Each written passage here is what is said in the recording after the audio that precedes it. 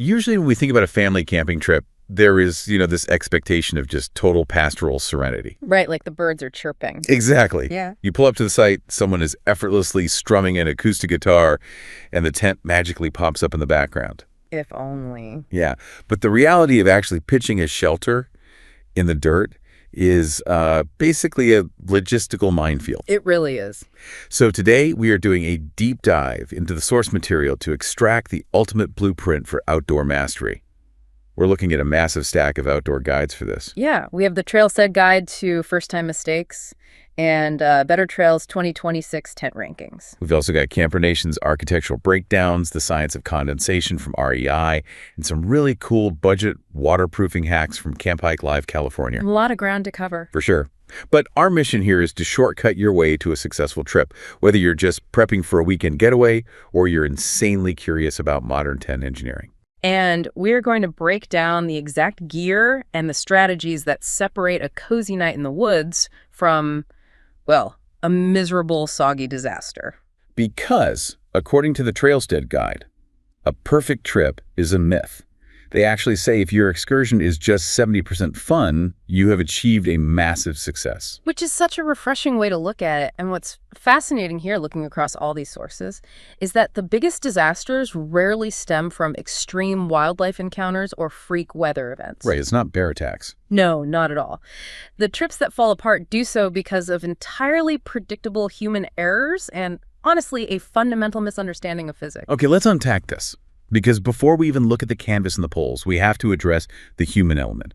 The most brilliantly engineered tent in the world will not save a flawed itinerary. Absolutely not. Trailstead highlights what they call a uniquely American horror, which is the absolute biggest trip wrecker: arriving after dark. Oh, yeah. That is brutal. They describe setting up a shelter in the chaotic beam of a headlamp while hungry, overtired kids are just melting down in the car. So their hard and fast rule is that you must arrive by 3:30 p.m. And if we connect this to the bigger picture, arriving in the dark strips you of your visual cortex's ability to process the microtopography of your campsite. The microtopography. Yeah, like the subtle bumps and dips in the dirt. Headlamps cast these harsh, singular shadows that basically destroy your depth perception. Oh, that makes sense. Right, so a 5-degree incline looks perfectly flat until you wake up at 2 a.m. with all the blood rushed to your head. Which is the worst feeling. It is. Furthermore, you can't read the ground to see subtle depressions where water might pool if a storm rolls in.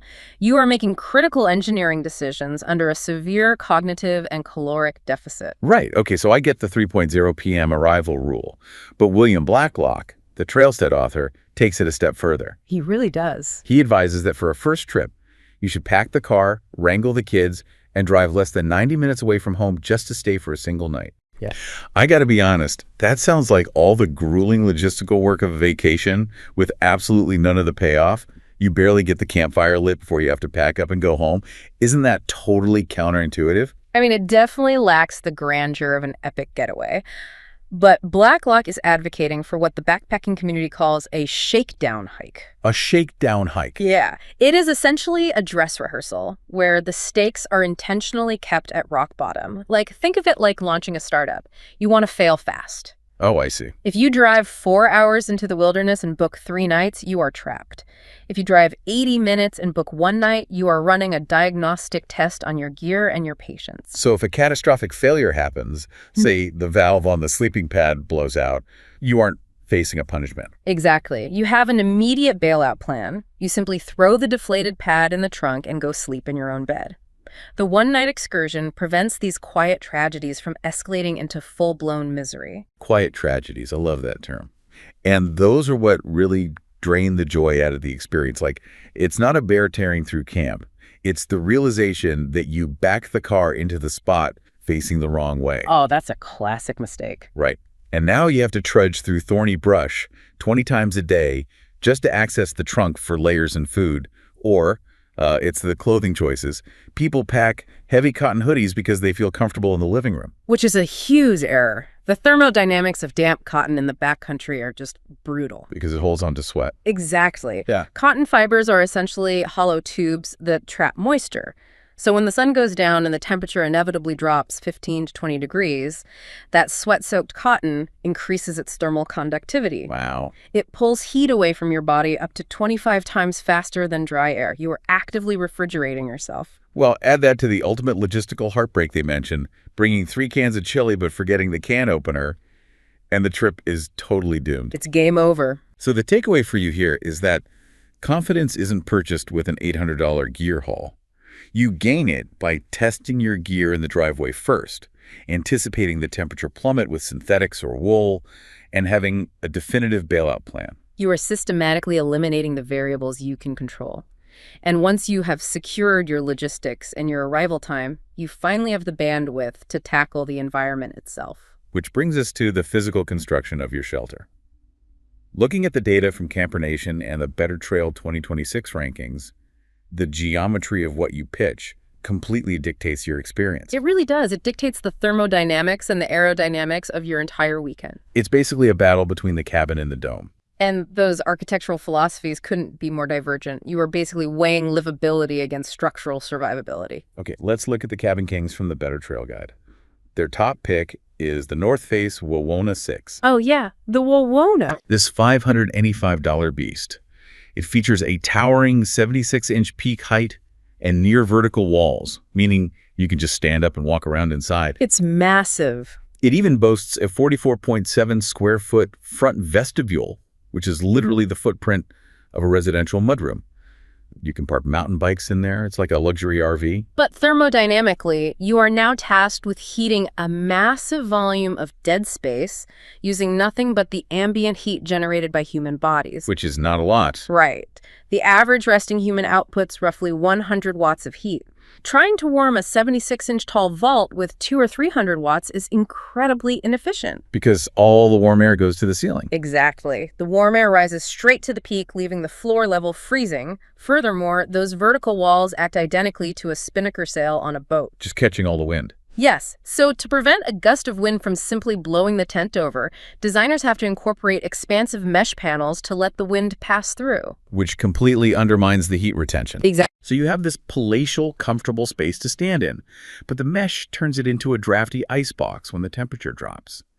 If you want thermal efficiency and wind deflection, you have to look at the dome defenders, like a sports car. Better Trail highlights the REI Co-op Basecamp 6. The Basecamp 6 is a great example. It utilizes a 5-pole geodesic dome structure.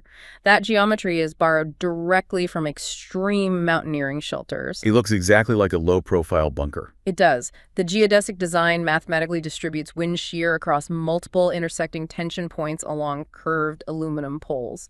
The wind slips over the top rather than slamming into a flat surface. Okay, but you sacrifice that walking around room. You do. You lose that luxurious 76 inches of headroom because the walls aggressively slope inward. But if a sustained gale rolls in off a lake, the Basecamp 6 stands completely rigid while the Wawona is buckling. Here's where it gets really interesting, though. Better Trail highlighted 2 absolute wildcards that abandon both of these traditional philosophies. Right, the wildcards. First is the Kodiak Canvas Flexbo Deluxe. This thing weighs 79 pounds. It is a 10 by 14 foot palace made of thick cotton canvas, and it takes 18 solid steel stakes just to pitch it. It is a phenomenal piece of old-school engineering. Unlike the synthetic nylons we use today, thick cotton canvas naturally insulates while remaining highly breathable. And it's waterproof. Yeah. When the canvas gets wet, the cotton fibers physically swell, tightly sealing the weave to become completely waterproof without needing chemical coatings. But it is a semi-permanent base camp, not something you casually toss in the trunk for a quick overnight. Definitely not. Now, on the absolute opposite end of the technological spectrum, we have the Zempire Aerospeed 6 Air. Oh, the inflatable one. Yeah, this is a $700 tent that eliminates metal poles entirely. It uses inflatable air tubes. You literally pump up your tent. Better Trail reported it can withstand 50 psi of pressure and survived literal earthquakes during testing. That's wild. But wait, I have to push back on this. Are we not just introducing a massive new point of failure? I mean, if an aluminum pole bends, you can splint it. If I have to pump up my tent, what happens if it pops? You are sleeping under a deflated balloon. Well, this raises an important question, and it is the exact concern the Better Trail testers had going into the field. But the air poles themselves are wrapped in incredibly thick, heavy denier fabric shells, so puncturing them is statistically unlikely. Okay, so they're armored. Yeah.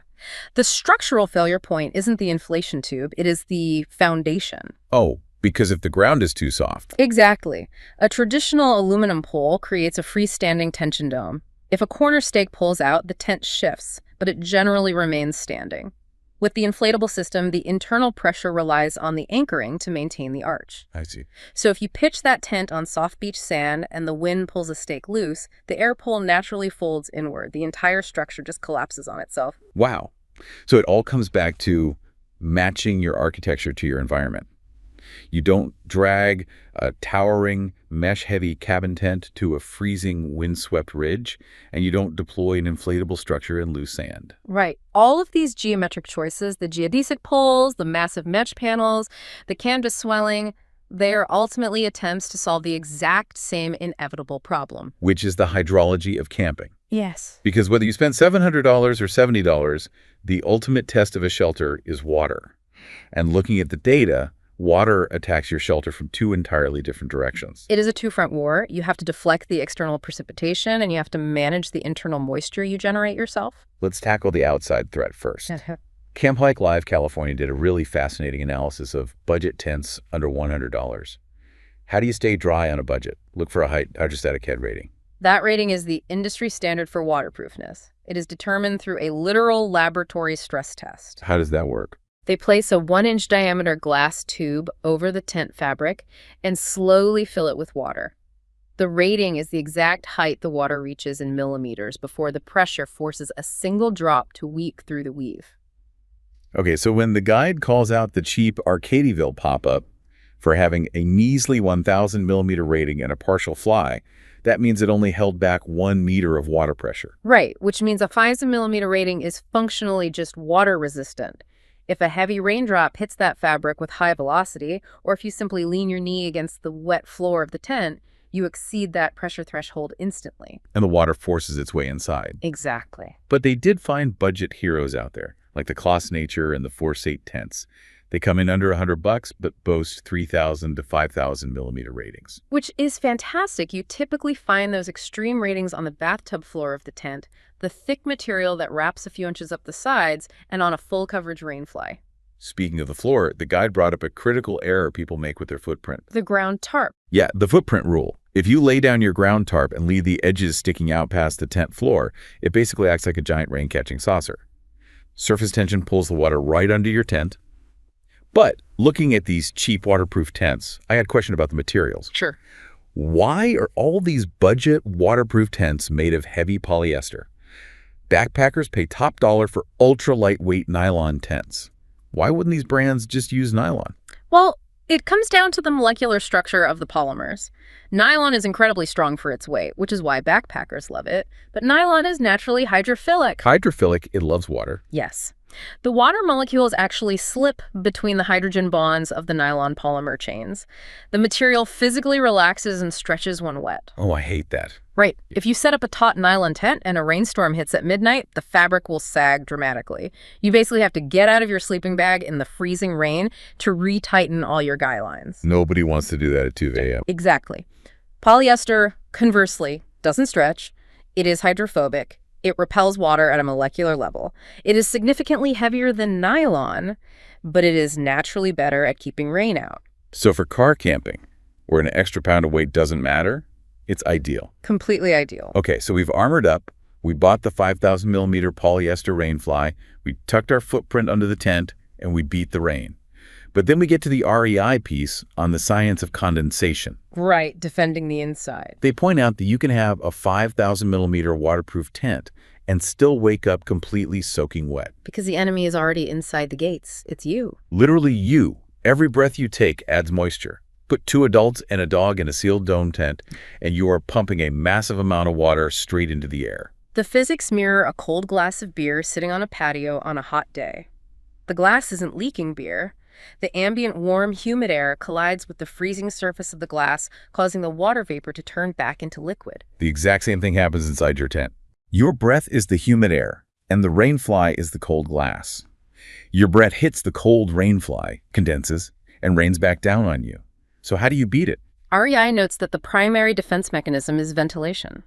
You must keep air flowing to flush the humid internal air out before it condenses. But the most fascinating tip they shared, the real aha solution of this whole deep dive, is manipulating where you pitch your tent. They state that you should pitch your tent under trees. Wait, pitching under a tree actually keeps the inside of my tent drier. Exactly. It is brilliant advice grounded in radiant heat transfer. How does that work? If you pitch your shelter in an open field, your rainfly is fully exposed to the night sky. The fabric rapidly radiates its heat outward and becomes freezing cold. However, the air under trees is warmer than in an open field. Because the canopy acts like a blanket. Exactly. The trees emit stored infrared radiation back down. Because the local microclimate is warmer, your rainfly stays warmer. It prevents the temperature clash that causes condensation. Plus, the dew forms on the tree leaves instead of your tent fabric. That is amazing. It's a perfect example of how understanding your environment is more powerful than buying expensive gear. So what does this all mean for you as you prep for your next trip? It means that camping success isn't about being perfect. It's about arriving early, picking a tent shape that matches your weather, looking for high hydrostatic head ratings, and using tree cover and ventilation to outsmart condensation. You are engineering a controlled environment. But if we synthesize all of these sources, there is one final provocative thought to pull on. Oh, I'm ready. Let's hear it. The Trailstead Guide emphasizes that there is no right way to camp. Hot dogs on a tablecloth are just as valid as minimalist backpacking. For sure. Yet, looking at the Better Trail 2026 lineup, we see a massive trend toward ultimate livability. 35-square-foot mudroom vestibules, Adirondack-inspired A-frames, and inflatable air poles. The total luxury RVification of the simple tent. Exactly. And it raises an important question for you to explore on your own. As our gear becomes increasingly designed to replicate the exact dimensions, comforts, and separations of our living rooms, are we enhancing our connection to the outdoors? Or are we just carrying our indoor lives into the dirt to isolate ourselves from the very wilderness we came to experience? Wow. Are we just building a house in the woods to avoid the woods? Yeah. That is a phenomenal thought to chew on while you are packing the trunk facing outward, of course. Just remember, when the inevitable variable slips through, if you made it out there and it was 70% fun, you beat the odds. Just do not forget the can opener.